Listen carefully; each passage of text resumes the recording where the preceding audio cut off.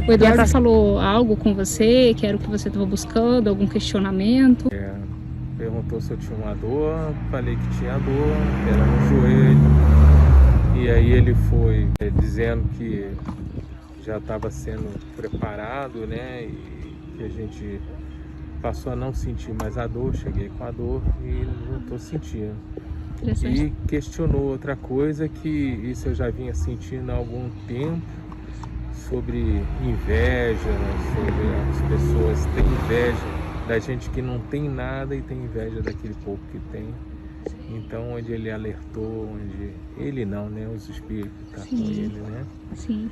Os guias, os mentores dele. Isso tem a ver com, tipo, conhecimento também? Porque, tipo assim, se o espírito vai usar o seu cérebro, se você Olha, não esse cara é tiver... esperto, hein, mano? Essa pergunta é boa, Se hein? você não tiver estudo nenhum, ele vai usar que base? Exato, tá ele não consegue usar, a não ser que, tipo assim, o Seda realmente, para que ele consiga dominar uns 98%, aí tudo bem. Tipo assim, não dá para um espírito falar em... Por que o Chico Xavier psicografava em italiano, japonês, ao contrário? Porque ele tinha tanta mediunidade que os caras usavam 100% dele, quase 100%, não tem como ser 100%. Então, assim, quanto mais eu deixo ele dominar, mais fácil fica para ele. Mas eu não gosto muito disso. E quando eles me sugeriram isso, eu pensei assim, mas eu não tenho essa mediunidade. Eu tava fazendo a barba e conversando com o meu mentor. Por pensamento, não fico falando sozinho. Aí ele falou assim, não, mas a gente vai começar a fazer isso, mas eu acho que vocês não conseguem fazer isso, eu juro por Deus. Ele levantou meu braço e falou uma frase que sei lá o que era. Então, tipo assim, mesmo sem eu querer, ele fez isso. Entendeu? Aí eu percebi que eles realmente tinham esse controle sobre mim, que eu não sabia. Então agora eu comecei a fazer... O controle até físico, então, né? Físico, exato, físico.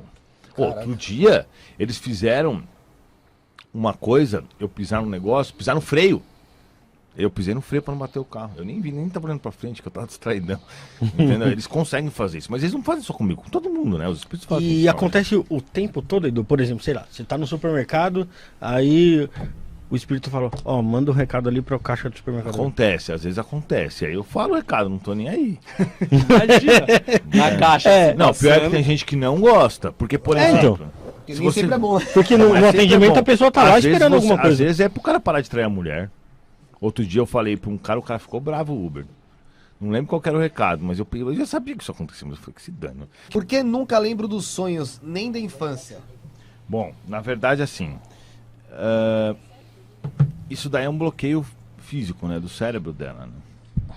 Isso não tem muito. Tem gente que tem um organismo biológico que não favorece esse retorno pro corpo e nem que o inconsciente gire, porque... Por exemplo, eu sou de fases, umas épocas eu lembro muito dos meus sonhos, outras épocas eu lembro pouco, varia pra caramba, né?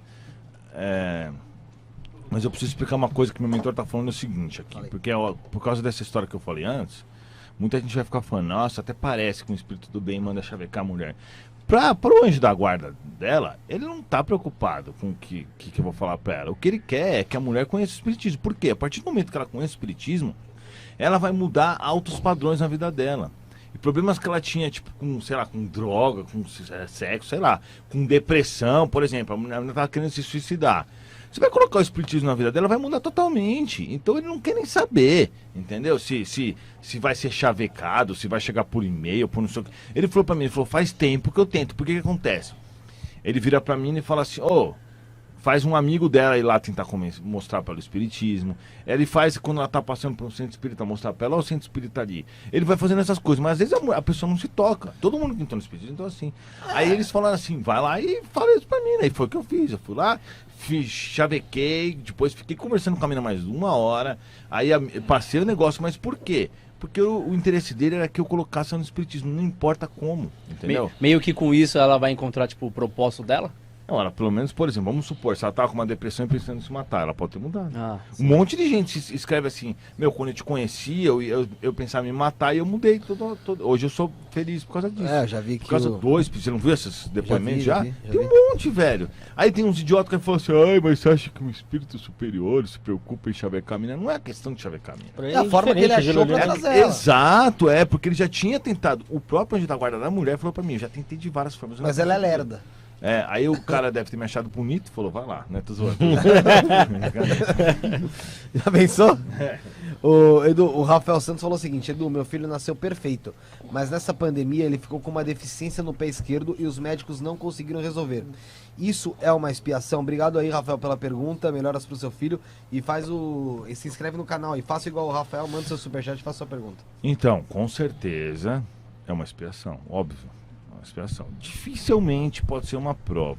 No caso dele, no caso dele eu não vou falar porque os espíritos não quiseram me falar, mas assim, normalmente uma expiação. Prova é muito difícil de estar relacionada a problemas. A não ser assim, por exemplo, para unir a família. Sim. Isso aí pode ser, até pode ser. Ele pode ter se oferecido para machucar o pé, porque às vezes uniu a família em torno deles, que eles estavam se separando muito. É só coisa assim, bem branda. Ninguém vai ter tipo um câncer por uma prova. Isso não vai acontecer. O câncer é uma expiação. Expiação. Lógico. AIDS é uma expiação. Mas geralmente, vamos supor, uma pessoa que tem um câncer, tem alguma coisa específica que ela fez na outra vida pra ela Com ter isso? certeza. Por exemplo, o cara foi lá e deu uma facada no outro, no estômago, e deixou o cara todo bagulhado, todo zoado pro resto da vida. O que acontece? Você vai ter uma expiação semelhante, só que hoje em dia se dão menos facada do que antigamente, né? Antigamente era normal se matar em facada. Vai mais tiro. Não, mesmo no tiro. Antigamente se matava por qualquer coisa. Parece que tá piorando, mas tá melhorando muito, nem se compara. Porque antigamente a galera morria com a idade da média 32 anos. Há 200 anos atrás as pessoas morriam com tinha as doenças muito piores, tinha as facadas. Então aí hoje em dia o que os caras fazem? Colocam câncer. Em vez de dar uma facada no cara, tem um câncer no coisa. Edu, uma coisa interessante que você falou. Em relação às pessoas, tem muitas... Tava falando isso pra ela ontem. Esse pessoal, tipo... Não sei se você viu quando teve aquela rebelião no presídio lá do Nordeste e tal. Sim. Norte, não lembro se foi Norte ou Nordeste. Foi em Pedrinhas do Maranhão.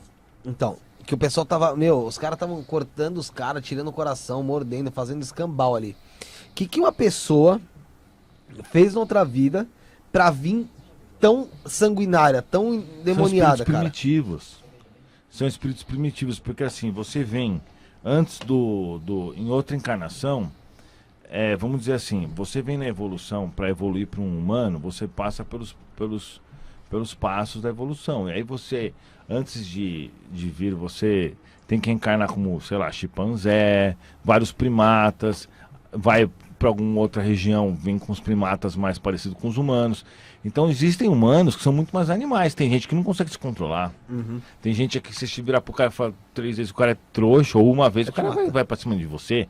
Então, tipo, isso mostra que ele tá muito mais perto da irracionalidade do que da racionalidade, entendeu? Então, aproveitando esse gancho, assim, vários estudos eu nunca tive uma clareza sobre isso. Tem como um espírito, por exemplo, desse tão primitivo que ele, tipo, regride? Ele começa a encarnar como um animal, como alguma volta no processo? Não, isso não. Embora os budistas falam isso, não tem como. Mas o que tem é assim... O que tem é que às vezes é um pouco mais lenta a transição, né? Aí às vezes eu falo que os índios estão no início. A galera fala, pô, mas os índios são bonzinhos e tal. São bonzinhos, mas eles vivem... Alguns sim, né? Outros não, né? Eles vivem de uma forma meio primitiva ainda, entendeu? Vivem no meio do mato... estão caçando e etc. Então assim, acaba sendo mais primitivo do que... Sim, tem que passar mais vezes nesse ciclo pra poder exatamente, ir aprendendo. isso. Então eles estão numas primeiras fases, assim. É claro que às vezes reencarna um índio mais evoluído. Hoje em dia já misturou tudo, né? Porque tipo, é um espírito que era pra ter nascido tipo como se fosse 1700, tá nascendo hoje. Tipo isso. Assim, sempre tem espíritos evoluídos. Então tem... Dentro do nosso planeta tem espíritos como Chico Xavier, que já está no topo da evolução. Tanto que demora, né? E uns caras animal que arrancam o coração do outro. Uma vez volta. O que acontece muito é o seguinte, existem espíritos evoluídos que estão cheios de expiação, tipo Chico Xavier. Ele teve angina, ele ficou cego de um olho. Então se Chico Xavier tem expiação, imagina a gente. Entendeu? Então o que acontece? Às vezes a gente tem... Às vezes não, todo mundo tem uma ficha grande para pagar de expiações, de coisas que a gente fez de besteira no passado. E vai ficar passando por esses processos até... Mas esse caso do Chico Xavier, que você disse que ele era um espírito evoluído, ele não reencarna de novo, então? Se quiser, reencarna, mas depende do propósito dele, né? Mas ele reencarna como? Ele reencarna numa pessoa como? O quê? Um espírito top, né? No mínimo, né? Por exemplo, o que aconteceu no dia que apareceu no meu olho, que eu não terminei a história?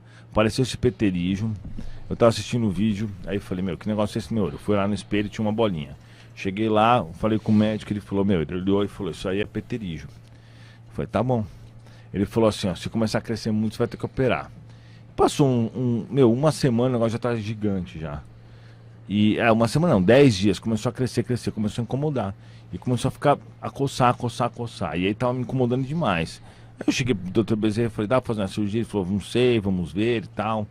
Aí apareceu o Chico Xavier pra mim e falou assim, ó, eu preciso que você vá lá pra minha cidade, né, de Uberaba, que eu preciso fazer um tratamento na sua... A gente quer fazer uma mudança na sua mediunidade, exatamente para começar a atender mais pessoas de uma vez. Eu falei, então tá bom. O que eu fiz? Falei, eu vou lá agora. Catei meu carro, dirigi por mais de 1.000 quilômetros.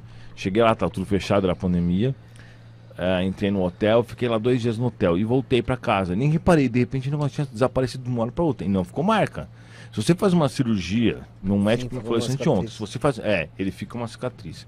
Não tem jeito no olho, porque você coloca. É uma cicatrizinha bem pequena aqui. E não ficou marca. Tanto que esse médico que me viu semana passada, ele falou: caraca, a macadeira não fez nada. Olhou. Foi impressionante. Então eles restauraram sem, sabe? Ô Edu,